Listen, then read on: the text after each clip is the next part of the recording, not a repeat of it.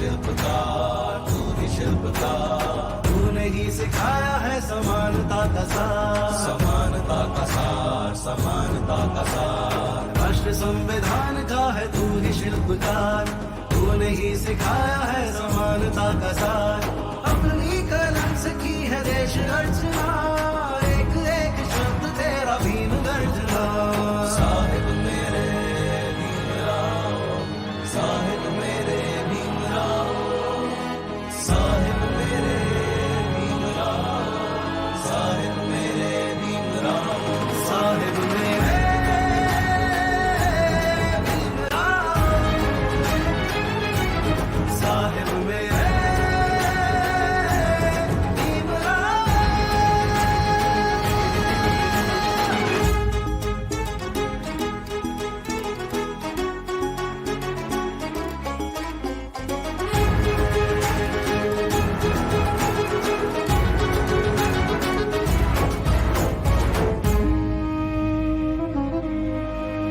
संकट में आया तू बन के सहारा, बन के सहारा, बन के सहारा।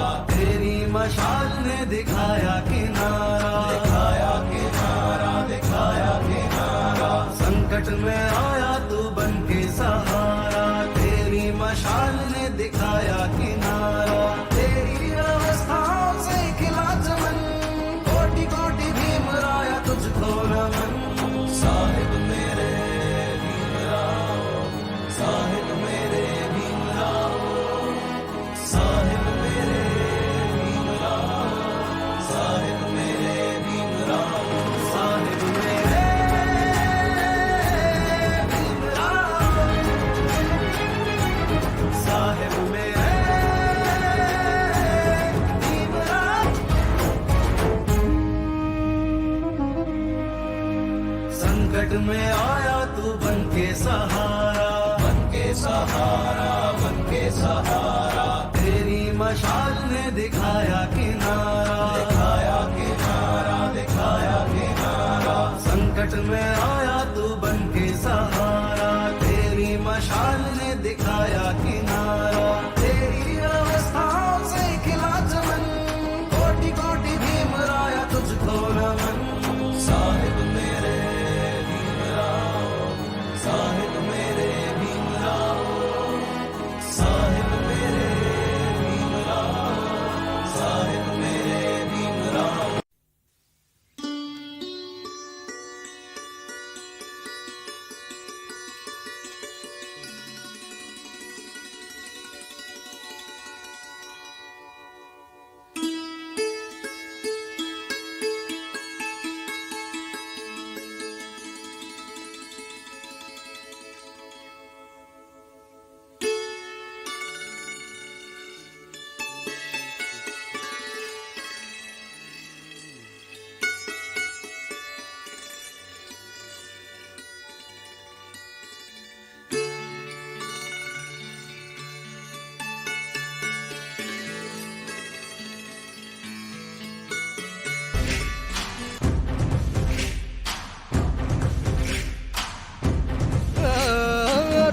नहीं झुकना अब नहीं, इतिहास कर नया। शेरशाह निकल सारे रुख बदल, दिखला जोश नया।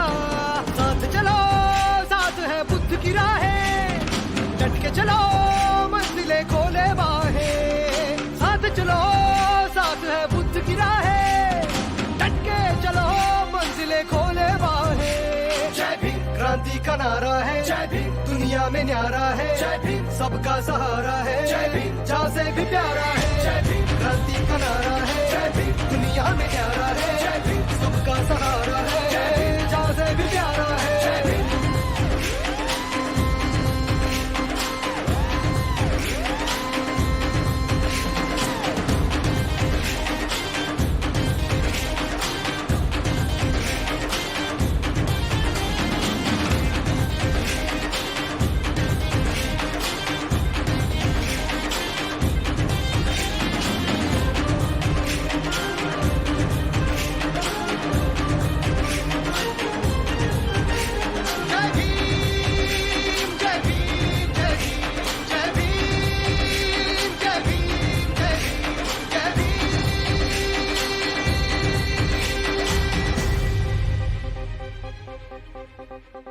आए कोई डरना नहीं, संविधान साथ है। ऐसा निखर देखे सभी तुझ में जो बात है।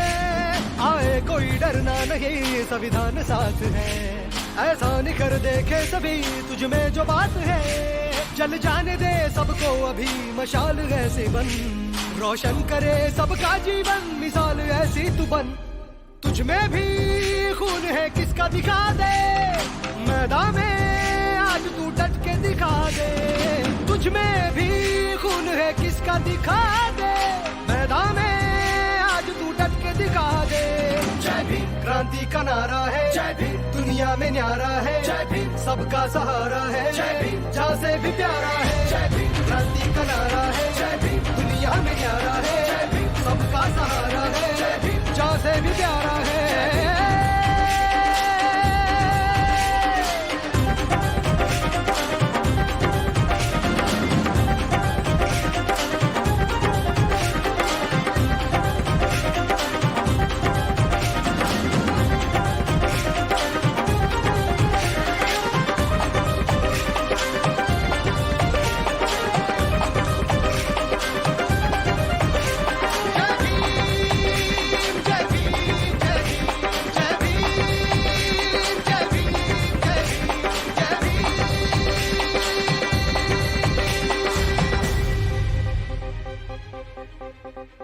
अन्याय हो चाहे जिधर, लड़ हो के तू निडर।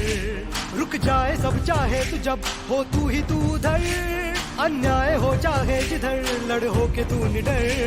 रुक जाए सब चाहे तू जब हो तू ही तू उधर। हर बात जो भीम ने कही तू भूलना नहीं, आलाप तू ये छेड़ दे झूमे यहाँ हर कोई। गौतम सा बन के आदर्श दिखा दे, भीम जैसा करके उत्कर्ष दिखा दे। गौतम सा बन के आदर्श दिखा दे, भीम जैसा करके उत्कर्ष दिखा दे। जय भीम क्रांति का नारा है, जय भीम दुनिया में न्यारा है, जय भीम सबका सहारा है, जय भीम जहाँ से भी प्यारा है। जय भीम क्रांति का नारा है, जय भीम दुनिया में न्यारा है, जय भीम सबका सहारा है, जय भीम जहाँ से भी प्यारा है। जय भीम क्रांति का नारा है, जय भीम दुनिया में न्यारा है, जय भीम सबका सहारा है, जय भीम जहाँ से भी प्यारा है। जय भीम क्रांति का नारा है, जय भीम दुनिया में न्यारा है, जय भीम सबका सहारा है, जय भीम जहाँ से भी प्यारा है। जय भीम।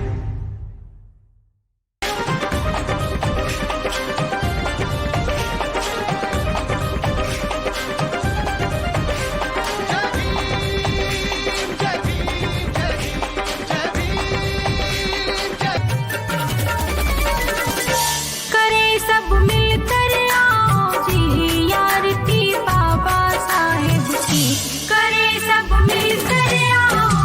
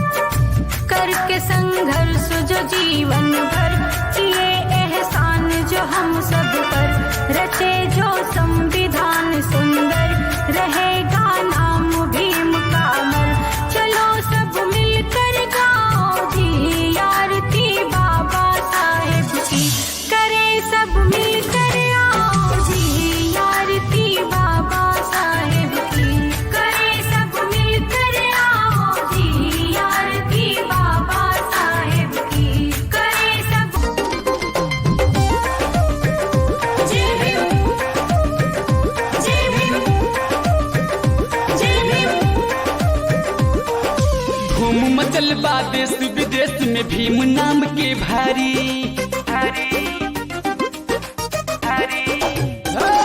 सब घर घर भीम जयंती के होला जम के तैयारी पूरा अप रहल बीते happy happy all of you all of you all of you all of you Bhim को बोलो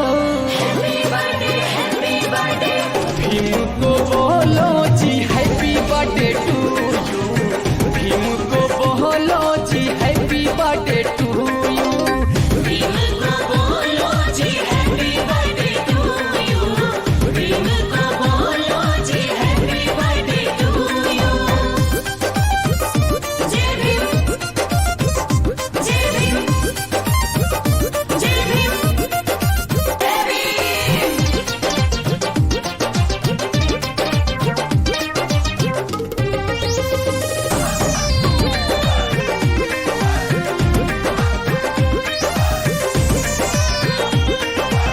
सब ही निकाले नई नोट 2000 करे के खर्चा जन्मदिन पे सारा जन्मदिन पे सारा हो सब ही निकाले नई नोट 2000 करे के खर्चा जन्मदिन पे सारा चाचा बोले नाइस यू और चाची बोले sweet you sweet you sweet you Bhim को बोलो हैप्पी बर्थडे भीम को बोलो जी happy birthday to you Bhim को बोलो जी happy birthday to you Bhim को बोलो जी happy birthday to you Bhim को बोलो जी happy birthday to you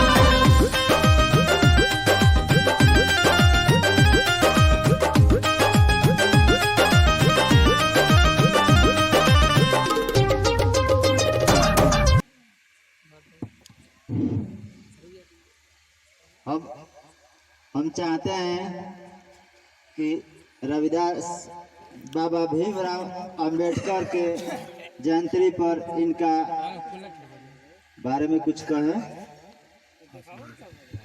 committee के कार्यकर्ता एवं मेरे सभी सहपाठी एवं प्यारे भाइयों एवं बहनों, आज का दिन ये दलित शोषित वंचित समाज का यह 14 अप्रैल बाबा साहब भीमराव अंबेडकर का जन्मतिथि बल नहीं बल्कि एक बड़ा त्योहार है। जैसा कि उनके विचारों को प्रकट करने के लिए हर साल उनकी जन्मतिथि के बाद, देश की आज़ादी के बाद जन्मतिथि मनाया जाने लगा और बाबा साहब भीमराव अंबेडकर का जन्म मध्य प्रदेश के महू जिले में महार जाति में हुआ था। उनकी संघर्षों की पीड़ा बहुत दुखदायक है। जैसा कि आज ग्राम अन्य गांवों में भी आप लोग न्यूज के माध्यम से, चैनलों के माध्यम से देखते हैं कि एक दलित समाज की जब बारात आती है और दूल्हा घोड़ी पे चढ़ के आता है तो गांव में कैसा तनाव और माहौल व्याप्त हो जाता है। तो आप कल्पना करिएगा कि उस समय आज से 75-80 साल पहले बाबा साहब भीमराव अंबेडकर ने कितना पीड़ादायक सहते हुए और आपके समाज को प्रतिनिधित्व किया था इस भारतवर्ष में। बाबा साहब ने कहा करते थे, शिक्षा वह शेरनी का दूध है जो जितना पिएगा उतना दहाड़ेगा। और मैं एक बार फिर से इस कमेटी के कार्यकर्ताओं को कहना चाहूँगा कि आज पूरे दिन कोई गंदा गाना नहीं बचा, बल्कि बाबा साहब भीमराव अंबेडकर का ही गाना बजा और ऐसा होना भी चाहिए। और आज के दिन, आज पूरे रात में कम से कम आप लोग अपने घर पे छोटे बच्चों को, जिनको जानकारी नहीं है कि ये युग पुरुष, ये अवतारी पुरुष कौन है, उनको कम से कम अपने बच्चों को बताने का कृपा करें और उनको बताएं कि ये समाज सुधारक, ये शोषित वंचित समाज का प्रतिनिधित्व भारत में कैसे लड़ा था इन मनुवादियों से, इन सामंतवादियों से। और मैं ज़्यादा कुछ नहीं कहना चाहूँगा। गांव में दिखता भी है, दलित का लड़का अगर चमचमाता हुआ बेल्ट और चमचमाता हुआ जूता और एक चश्मा पहन के निकल जाए तो मनुवादी विचारधारा के लोगों की नज़रों से आग बहती है केवल। फूलों की कहानी बहारों ने लिखा, रातों की कहानी सितारों ने लिखा। फूलों की कहानी बहारों ने लिखा, रातों की कहानी सितारों ने लिखा। ये दलित समाज की कहानी, मनुवादियों से आजादी, ये बाबा साहब भीमराव अंबेडकर ने लिखा। कहानी आजाद। जय भीम, जय भारत।